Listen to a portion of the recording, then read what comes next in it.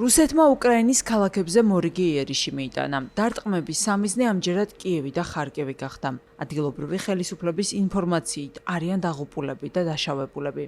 დაზიანებულია საცხოვრებელი სახლები, საწყობები და სამოქალაქო ინფრასტრუქტურა. კიევში უპილოტო საფრენმა აპარატმა დესნიანსკის რაიონი დაბომბა. თავდასხმის შედეგად 2 ადამიანი დაიღუპა, 9 კი დაშავდა. მეხანძრეები და მაშველები დაუყოვნებლივ მივიდნენ შემთხვევის ადგილზე.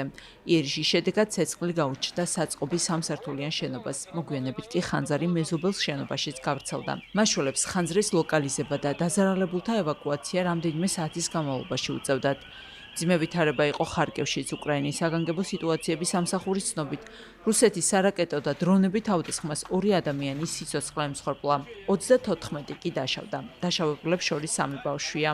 ადგილობრივი ხელისუფლების ინფორმაციით რუსეთმა იერიში ქალაქზე დილით მიიტანა. დაზიანდა მრავალსართულიანი საცხოვრებელი კორპუსები, ადმინისტრაციული შენობები და სხვა სამოქალაქო ინფრასტრუქტურა. ხარკივის მერის იგორ ტერეხოვის განცხადებით, ერთ-ერთი რაკეტა პირდაპირ 5-სართულიან საცხოვრებელ კორპუსს მოხვდა, რის შედეგადაც რამდენიმე ბინა განადგურდა. მაშველები ნანგრევებში ადამიანებს რამდენიმე საათის განმავლობაში ეძებდნენ. პარალელურად კი დაზიანებული შენობებიდან მოსახლეობის ევაკუაცია მიმდინარეობდა. უკრაინის ხელისუფლება აცხადებს, რომ რუსეთის თავდასხმების მთავარი სამიზნე კვლავ სამოქალაქო ინფრასტრუქტურაა. მოსკოვი კი ბრალდებებს უარყოფს და ამტკიცებს, რომ მხოლოდ სამხედრო ობიექტებს უტევს.